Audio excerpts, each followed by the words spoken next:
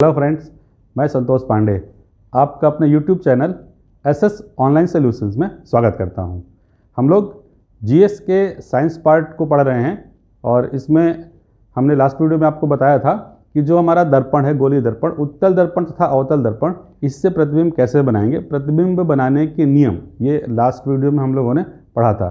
मैं इस वीडियो में इसका डिस्क्रिप्शन में इसका लिंक दे दूँगा, तो आप लोग अगर उसको नहीं पढ़े हैं या नहीं देखा वीडियो को, तो आप लोग डिस्क्रिप्शन के थ्रू उस वीडियो को देख सकते हैं।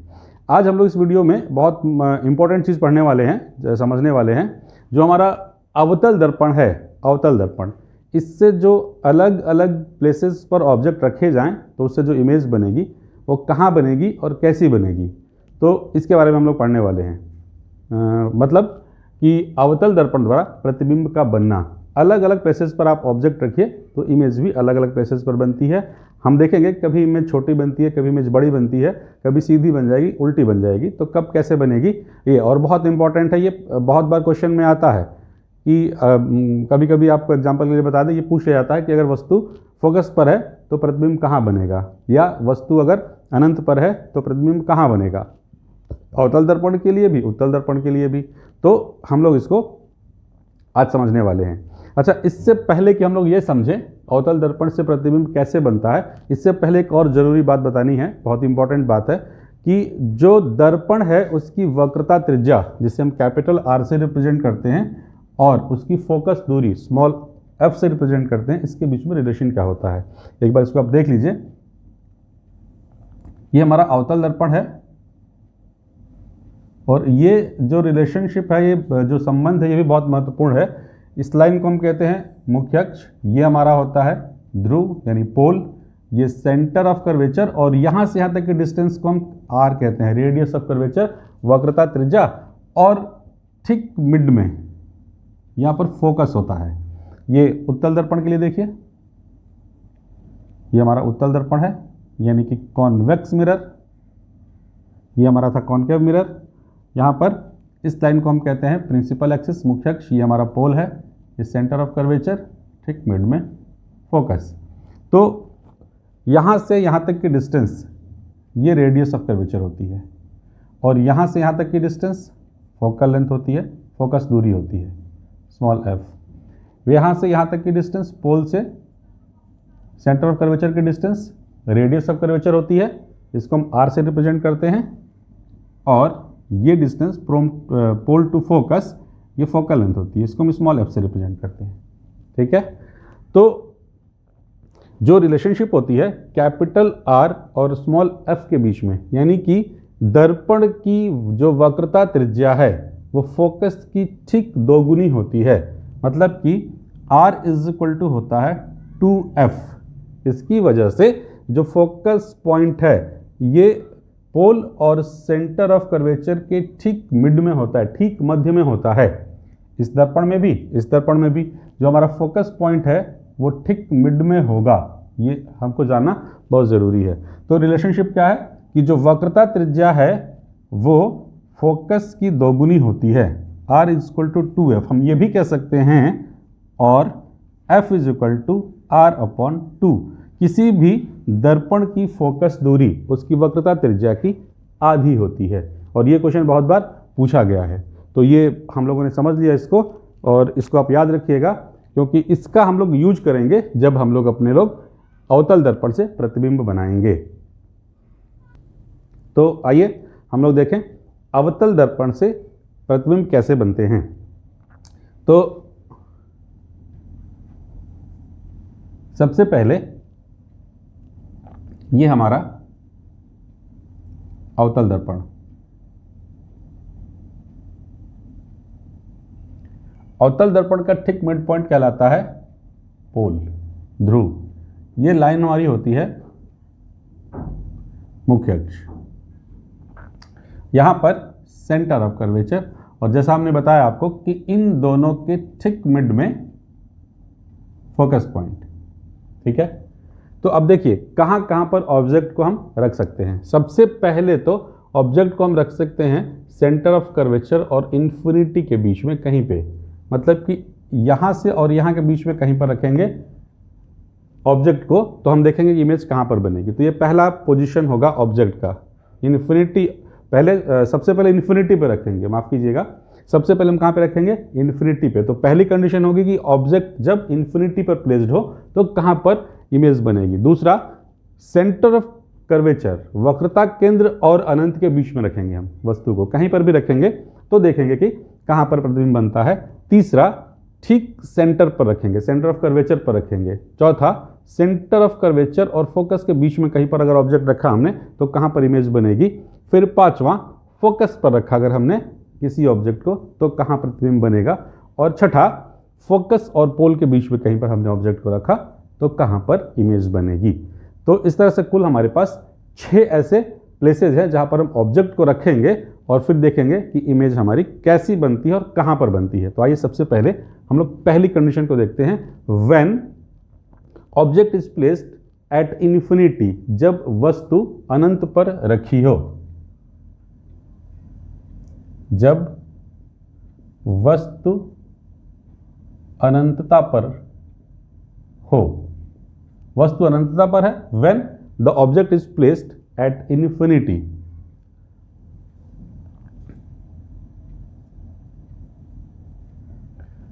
तो सपोज कीजिए ये कोई अनंत पर ऑब्जेक्ट रखा गया है और हम लोगों ने पढ़ा था लास्ट टाइम कि इमेज बनाने के लिए कम से कम हमारे पास 2 रिफ्लेक्टेड रेज होनी चाहिए। तो 2 इंसिडेंट रे होगी तभी 2 रिफ्लेक्टेड रे होगी। अब अनंत से आने वाली जो किरणें हैं, the incident raise from infinity, ये प्रिंसिपल एक्सिस के पैरेलल होती हैं। तो एक रे हम इसके पैरेलल लेते हैं यहाँ, और हमने बताया था नियम जो बताए थे, रूल्स जो बताए थे प्रतिबिंब बनाने के 3 रूल्स, उसमें बताया था कि अगर कोई ray parallel to the principal axis आती है तो वो कहाँ से होकर जाएगी, फोकस से। तो ये फोकस से चली जाएगी। एक रिफ्लेक्टेड रे हमको ये मिल गई। दूसरा, यहाँ से एक और हम ले लेते हैं पैरेलल रे,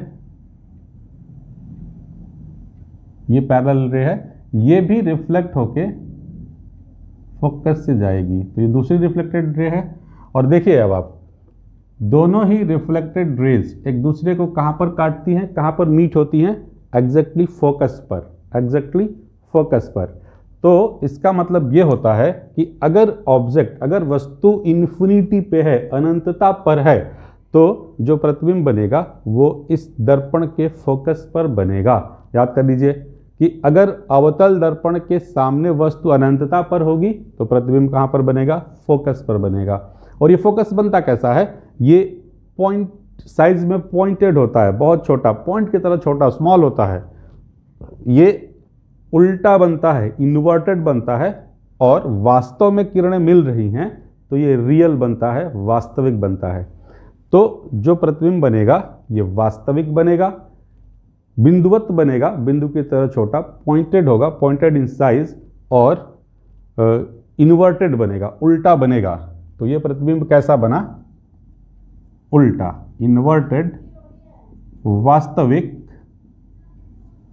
और बिंदु की तरह छोटा, यानी बिंदुवत, बिंदुवत बनेगा, यानी कि inverted, real and point in size. ये पहली कंडीशन थी जब ऑब्जेक्ट हमारा कहां पर है, इनफाइनाइट पे।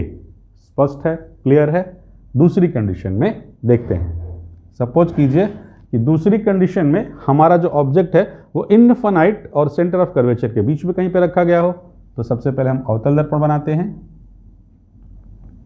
ये हो गया अवतल दर्पण है, पॉलिश किया इसके कॉन्वेक्स सरफेस पर, अवतल दर्पण बन गया। ये हो गया पोल, सेंटर ऑफ कर्वेचर, और ठीक मिड में हमको बनाना है फोकस। ये जब आप डायग्राम बनाएंगे तो ठीक मिड में फोकस अगर आप नहीं बनाते हैं तो डायग्राम बनाते समय गड़बड़ हो सकती है, इसलिए आप मेजरमेंट से बनाएंगे तो एग्जैक्टली बनेगा ठीक ठीक। ये फोकस पॉइंट है, ठीक मिड में बनना चाहिए तो आपका डायग्राम एग्जैक्टली सही सही बनेगा। अब हमने आपको बताया कि ऑब्जेक्ट को कहाँ पर प्लेस करना है, सेंटर ऑफ कर्वेचर और इन्फिनिटी के बीच में कहीं पर भी। तो सपोज कीजिए कि ये रखा हमने ऑब्जेक्ट को।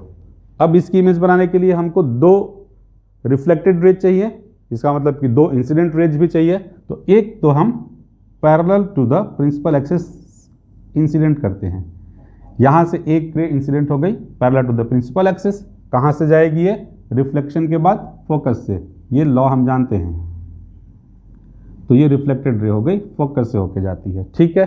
दूसरा, यहाँ से एक रे लीजिए जिसको आप फोकस से पास कीजिए या फिर सेंटर ऑफ कर्वेचर से पास कीजिए, तो हम इसको सेंटर ऑफ कर्वेचर से पास कर देते हैं।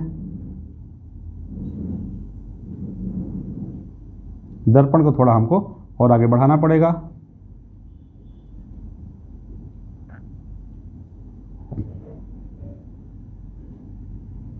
ये हमारी इंसिडेंट रे है।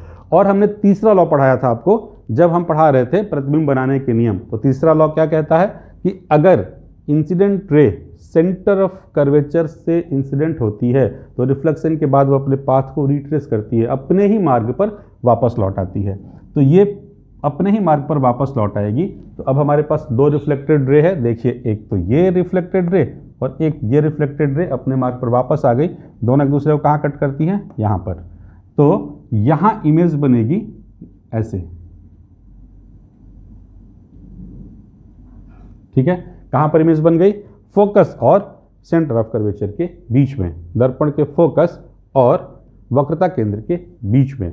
तो याद रखेंगे, क्या याद रखेंगे कि अगर वस्तु सेंटर ऑफ कर्वेचर, वक्रता केंद्र और इन्फिनिटी के बीच में कहीं पर होगी तो प्रतिबिंब हमेशा कहाँ बनेगा? फोकस और सेंटर ऑफ कर्वेचर के बीच में। यानी कि इसको अगर इधर उधर करेंगे तो ये भी इधर उधर कहीं होगा, लेकिन बनेगा फोकस और सेंटर ऑफ कर्वेचर के बीच में ही कहीं पर, ठीक है। ये जो प्रतिबिंब बना है आपको दिख रहा है, ये उल्टा बनेगा, वास्तविक बनेगा, क्योंकि ये दोनों किरणें वास्तव में एक दूसरे को काट रही हैं। वास्तविक बनेगा, इन्वर्टेड बनेगा, रियल बनेगा और स्मॉल इन साइज, जितना वस्तु का आकार है उससे छोटा बनेगा। तो जो प्रतिबिंब हमारा बनेगा वो कैसा बनेगा? उल्टा बनेगा, इन्वर्टेड बनेगा, वास्तविक बनेगा और साथ ही साथ छोटा बनेगा आकार में। किससे छोटा? वस्तु से छोटा आकार में, ठीक है। तो ये दो आपको प्रतिबिंब की कंडीशन समझ में आ गई, कहाँ कहाँ प्रतिबिंब बनेगा। तीसरा, अब हम कहाँ पर रखने वाले हैं इस ऑब्जेक्ट को? ठीक सेंटर ऑफ कर्वेचर पर, वक्रता केंद्र पर अगर वस्तु को रख दें तो ये दूसरी कंडीशन क्या थी? जब वस्तु कहाँ रखी थी? जब वस्तु वक्रता केंद्र तथा अनंतता के बीच कहीं हो।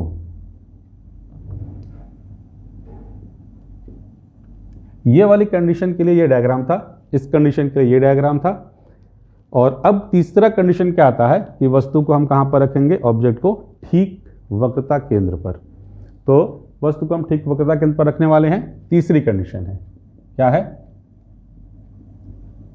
यदि वस्तु वक्रता केंद्र पर हो। देखिए डायग्राम समझिए,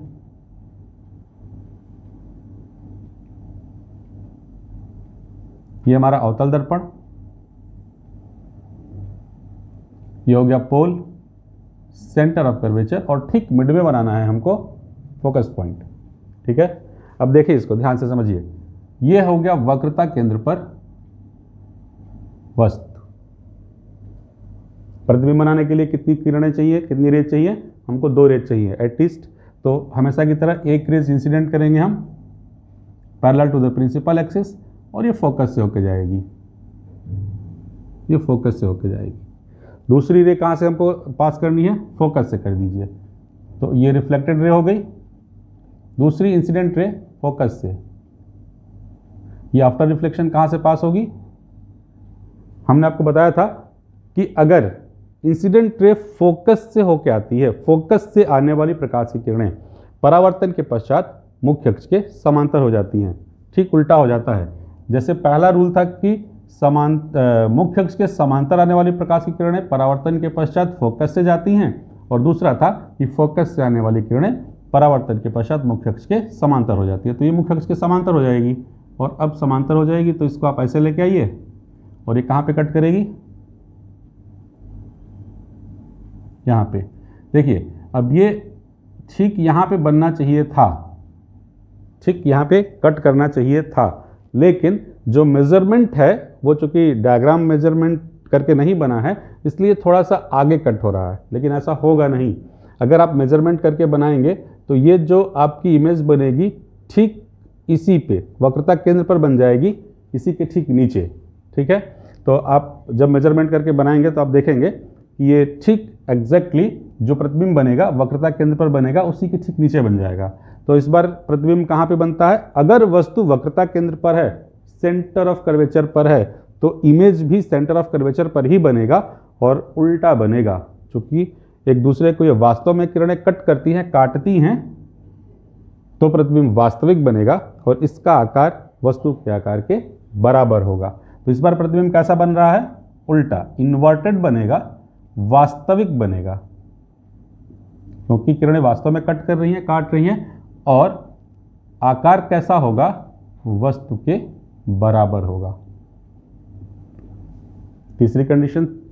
चौथी कंडीशन अब क्या होने वाली है वो देखिए। चौथी कंडीशन में जो हमारा ऑब्जेक्ट है वो फोकस और वक्रता केंद्र के बीच में कहीं पे रखने वाले हैं। चौथी कंडीशन देख लीजिए। यदि वस्तु, सीधे सीधे लिख लें, C तथा F, C आपको समझ में आ रहा होगा, वक्रता केंद्र, F फोकस पॉइंट, C तथा F के बीच कहीं हो। अच्छा, तो प्रतिबिंब कैसे बनेगा देखिए।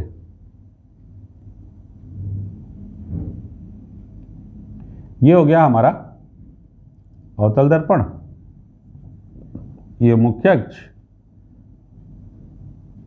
वक्रता केंद्र, फोकस, और इस बार वस्तु को हम यहाँ कहीं पर प्लेस कर देते हैं, वक्रता केंद्र और फोकस के बीच में कहीं पर। प्रतिबिंब बनाने के लिए हमेशा की तरह एक ray parallel to the principal axis, after reflection कहाँ से जाएगा? फोकस से, आफ्टर रिफ्लेक्शन फोकस से। दूसरी रे को फोकस से पास करेंगे, आफ्टर रिफ्लेक्शन पैरेलल हो जाएगा, बताया हमने आपको। आफ्टर रिफ्लेक्शन पैरेलल हो जाएगा। डायग्राम ये कुछ गड़बड़ बन गया है, इसे हम फिर से बनाते हैं। ये हमने आपको बताया मेजरमेंट हमको ठीक रखना पड़ेगा, थोड़ा सा ठीक रखिएगा। एक बार फिर से देखिए डायग्राम को। ये हमारा अवतल दर्पण है, concave mirror, principal axis, pole, centre of curvature, focus, और इस बार ऑब्जेक्ट को हम यहाँ पे रखने वाले हैं। ये इमेज बनाने के लिए एक incident ray parallel to the principal axis, कहाँ से जाएगी? ये फोकस से, और दूसरी रे फोकस से लेके जाइए, ये हो जाएगी parallel to the principal axis, ठीक है। और अब इमेज बनती है यहाँ पे, जहाँ पर ये दोनों रे कट करती हैं वहाँ पर इमेज बनेगी। ये रिफ्लेक्टेड रे एक हो गई और एक रिफ्लेक्टेड रे ये हो गई, यहाँ पे कट किया, यहाँ पर इमेज बनेगी। अब डायग्राम देख के बता सकते हैं कि जो इमेज बन रही है वो इन्वर्टेड, उल्टा बनेगी, वास्तविक बनेगी, क्योंकि वास्तव में दोनों किरणें एक दूसरे को काट रही हैं, और जो इसका आकार है वो वस्तु से अब बड़ा हो जाएगा। इसके पहले अभी तक जो वस्तु का आकार था छोटा था या बराबर था, अब बड़ा हो गया, ठीक है। तो उल्टा, वास्तविक, वस्तु से बड़ा, ये आकार है वस्तु से बड़ा। देखिए चारों डायग्राम को एक बार फिर से आप देखिए, कहां पर हमने ऑब्जेक्ट रखा और कहां पर इमेज बनी। पहला, ऑब्जेक्ट कहां रखा है? इन्फिनिटी पे। इमेज कहां पर बनती है? फोकस पे। दूसरा, ऑब्जेक्ट कहां पे रखा? सेंटर ऑफ कर्वेचर और इन्फिनिटी के बीच में। इमेज कहां पर बनती है? फोकस और सेंटर ऑफ कर्वेचर के बीच में। क्या हो रहा, घटना क्या हो रही है कि जो ऑब्जेक्ट हमारा है, जो वस्तु है, वो दर्पण की ओर आ रही है। पहले दूर थी, फिर इधर आई, थोड़ा सा इधर आ गई, अगली बार में हमने सेंटर ऑफ कर्वेचर पे रख दिया, थोड़ी सी और इधर आ गई, उसके अगले केस में हमने थोड़ा और इधर रख दिया, फोकस और सेंटर ऑफ कर्वेचर के बीच में। यानी कि जो हमारा ऑब्जेक्ट है वो धीरे धीरे मिरर की तरफ आ रहा है, लेकिन जो इमेज बन रही है वो धीरे धीरे मिरर से दूर जा रही है। पहले कहाँ पर इमेज बनी? फोकस पे। दूसरी बार में फोकस और सेंटर ऑफ कर्वेचर के बीच में थोड़ा इधर खिसक गया। तीसरी बार सेंटर ऑफ कर्वेचर पर बना इमेज, थोड़ा और इधर खिसक गया। चौथी बार में सेंटर ऑफ कर्वेचर और इन्फिनिटी के बीच में बना, थोड़ा और इधर खिसक गया। अगली बार जो हम वस्तु को रखेंगे वो ठीक फोकस पे रखेंगे। कहाँ पे रखेंगे? ठीक फोकस पे। तो जो हमारा पांचवा पॉइंट है वो है, यदि वस्तु दर्पण के फोकस पर हो। और ये जो क्वेश्चन है ये बहुत बार आता है, ये और पहली कंडीशन, जब वस्तु अनंत पर है और जब वस्तु फोकस पर है। तो इस बार जो ऑब्जेक्ट है वो फोकस पे रहेगा। देखिए कैसे डायग्राम बनेगा इस बार। ये हमारा हो गया कॉनकेव मिरर, ये principal axis, pole, centre of curvature, focus. इस बार हमने ऑब्जेक्ट को कहाँ रख दिया? ठीक फोकस पे। ठीक है, तो फोकस पे रखेंगे तो हमको दो इंसिडेंट रे चाहिए हमेशा की तरह। एक को इंसिडेंट करिए parallel to the principal axis, ये फोकस से जाएगा। रिफ्लेक्शन के बाद ये जो रिफ्लेक्टेड रे है वो फोकस से जाएगी। दूसरी रे को हम कहाँ से पास करें? अब दूसरी रे को इस तरफ कहीं से पास नहीं करेंगे, हम सेंटर ऑफ कर्वेचर से पास करेंगे इसको। तो ये ऐसे बनेगा,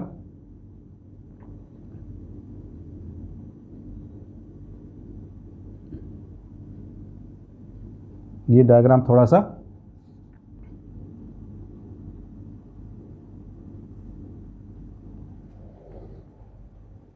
ये ऐसे बनाना है हमको। तो जो रे सेंटर ऑफ कर्वेचर से इंसिडेंट होती है, सेंटर ऑफ कर्वेचर से इंसिडेंट होती है, हमने आपको बताया था वो रिफ्लेक्शन के बाद अपने पाथ को रिट्रेस करती है। तो ये रे आ रही है सेंटर ऑफ कर्वेचर से और अपने पाथ को रिट्रेस करेगी। देखिए दोनों रेज क्या हो रही हैं, अब यहाँ पर पैरेलल हो गई, यहाँ पर पैरेलल हो गई। और पैरेलल रेज को हम मानते हैं कि वो कहाँ पर जाकर मिलती हैं? इन्फिनिटी पे। तो पहली कंडीशन क्या थी? जब ऑब्जेक्ट इन्फिनिटी पे था तो इमेज बन गई फोकस पे। पांचवी कंडीशन क्या है? कि जब ऑब्जेक्ट फोकस पे है तो इमेज कहाँ पर बन गई? इन्फिनिटी पे। ठीक है, और ये इमेज कैसी बनेगी? ये इमेज बनेगी वास्तविक, रियल, इन्वर्टेड यानी उल्टा, और जो आकार होगा इसका वो वस्तु से बहुत बड़ा, मच बिगर देन ऑब्जेक्ट। तो ये उल्टा बनेगा, उल्टा, वास्तविक और बहुत बड़ा। बहुत बड़ा यानी कि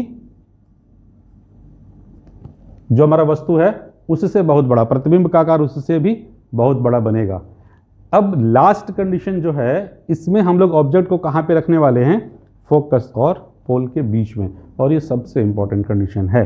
तो इसको हम लोग देखेंगे कि जो लास्ट कंडीशन है उसको जब हम रखेंगे, यानी कि ऑब्जेक्ट को हम रखेंगे फोकस और पोल के बीच में, तो इस बार जो हमारी इमेज बनेगी वो कैसे बनेगी, और वो सबसे अलग है, इसलिए इसको थोड़ा सा ठीक से समझिएगा। तो आइए हम लोग देखते हैं, जो अवतल दर्पण है इसकी जो लास्ट कंडीशन है उसमें प्रतिबिंब कैसा बनता है। सिक्स्थ कंडीशन, लास्ट कंडीशन में प्रतिबिंब कैसे बनेगा ये हम लोगों को देखना है। तो ये हमारा हो गया अवतल दर्पण। ये जो लास्ट कंडीशन है ये बहुत ज़्यादा इंपॉर्टेंट है, कंफ्यूज करता है, इसलिए इसको ठीक से देखिए, समझिए। ये हो गया हमारा प्रिंसिपल एक्सिस, ये पोल हो गया, सेंटर ऑफ कर्वेचर, फोकस। इस बार ऑब्जेक्ट हम कहाँ रखने वाले हैं? इस बार ऑब्जेक्ट हम लोग कहाँ रखने वाले हैं? इस बार ऑब्जेक्ट हम लोग कहाँ रखने वाले हैं? फोकस और पोल के बीच में। कहाँ रखने वाले हैं? फोकस और पोल के बीच में। देखिए ऑब्जेक्ट ये रखा हमने, ठीक है। इससे जो इमेज बनेगी उसको बनाने के लिए दो रिफ्लेक्टेड रे चाहिए, तो इसका मतलब कि दो इंसिडेंट रे चाहिए। तो एक इंसिडेंट रे ये लिया हमने parallel to the principal axis. कहाँ से जाएगी? हमको पता है फोकस से। ये रिफ्लेक्टेड रे फोकस से जाएगी, फोकस से गई। दूसरी जो रे है उसको हम सेंटर ऑफ कर्वेचर से इंसिडेंट करेंगे, वक्रता केंद्र से। ये इंसिडेंट हो गई, और वक्रता केंद्र से जो रे इंसिडेंट होती है वो अपने पाथ को रिट्रेस करती है, तो ये रिट्रेस करेगी, यही रिफ्लेक्टेड रे हो जाएगी। अब आप क्लियरली देख रहे हैं कि ये दोनों रिफ्लेक्टेड रे कहीं मिलेंगी नहीं, ये इस तरफ को तो फैलती जाएंगी, इस तरफ तो नहीं मिलेंगी। तो अब क्या करते हैं, हम इनको पीछे मिलाते हैं। इस प्रिंसिपल एक्सिस को थोड़ा पीछे बढ़ा लीजिए और इनको पीछे मिलाइए। अगर इनको पीछे मिलाएंगे तो ये ऐसे आएगी और ये ऐसे जाएगी, ठीक है। तो पीछे मिलाने पर ये दोनों रेज यहां पर मिल गई, यानी कि मिलती हुई प्रतीत होती हैं। It seems to be meet at this point. वास्तव में नहीं मिल रही हैं, मिलती हुई प्रतीत हो रही हैं। तो यहां पर मिलती हुई प्रतीत हो रही है, तो इमेज यहीं पर बनेगी। और आप देखिए डायग्राम, अब ये इंपॉर्टेंट है कि जब अवतल दर्पण के सामने, कॉन्केव मिरर के सामने जो ऑब्जेक्ट है वो फोकस और पोल के बीच में रखा जाता है, तो फिर इमेज कहां पर बनती है, इस दर्पण के पीछे, back side to the mirror के पीछे बनती है। पहला इंपॉर्टेंट बात यह है, और ये क्वेश्चन बहुत बार पूछा जाता है कि अवतल दर्पण में दर्पण के पीछे प्रतिबिंब कब बनता है, या ये पूछ लेते हैं कि यदि वस्तु पोल और फोकस के बीच में है तो प्रतिबिंब कहां बनेगा, दर्पण के पीछे बनेगा, दर्पण के सामने बनेगा, तो ये कंडीशन पूछी जाती है। दूसरा, ये जो रेज हैं, रिफ्लेक्टेड रेज वास्तव में तो मिल नहीं रही है, मिलती हुई प्रतीत हो रही हैं। तो हमने आपको बताया था कि जब मिलती हुई प्रतीत होती हैं किरणें, वास्तव में नहीं मिलती हैं, तो जो इमेज बनती है वो रियल नहीं होती है। कौन सी इमेज हो जाएगी इस बार, वर्चुअल। तो प्रतिबिंब बनेगा आभासी। अब इस अवतल दर्पण में यही एक कंडीशन है जब प्रतिबिंब आभासी बनता है, ठीक है। कौन सी कंडीशन है, जब ऑब्जेक्ट को पोल और फोकस के बीच में रखा जाता है। तो एकदम स्ट्रेंज कंडीशन है। पहला तो ये कि दर्पण के पीछे बनेगा, बाकी किसी कंडीशन में नहीं बन रहा है, इस कंडीशन में दर्पण के पीछे बनेगा, पहला। दूसरा, जो प्रतिबिंब बनेगा वो आभासी बनेगा, क्योंकि वास्तव में किरणें मिल नहीं रही हैं, मिलती हुई प्रतीत हो रही हैं। तीसरा समझिए, केवल अकेला कंडीशन ये है जिसमें बनने वाला जो इमेज है वो सीधा बनेगा, बाकी में उल्टा बन रहा था, इसमें सीधा बन रहा है। और चौथी कंडीशन ये है कि ये वस्तु से बड़ा बनेगा, जो प्रतिबिंब बनेगा वस्तु से बड़ा बनेगा। तो बड़ा तो पहले भी बना है, इस बार भी बड़ा बना है, लेकिन जो स्ट्रेंज कंडीशंस है वो क्या क्या हैं कि पहला तो ये है कि दर्पण के पीछे बन रहा है प्रतिबिंब, दूसरा ये है कि आभासी बन रहा है, और तीसरा यह है कि सीधा बनता है। तो अब जो प्रतिबिंब बनता है वो बनता है सीधा, आभासी, वास्तविक नहीं है, आभासी, दर्पण के पीछे, दर्पण के पीछे वस्तु से बड़ा। ये बहुत ही महत्वपूर्ण कंडीशन है। तो कुल 6 कंडीशंस हमने आपको बता दी। अगर हम इसको समराइज कर दें कंडीशंस को, तो देखिए कैसे समराइज करेंगे हम। यहां पर क्रम संख्या, सीरियल नंबर, वस्तु की स्थिति, वस्तु की स्थिति, प्रतिबिंब की स्थिति, प्रतिबिंब की स्थिति, और जो प्रतिबिंब है उसकी प्रकृति, प्रतिबिंब की प्रकृति, ये यहां पर समराइज हो जाएगा। पहले वस्तु की स्थिति क्या थी, अनंतता पर,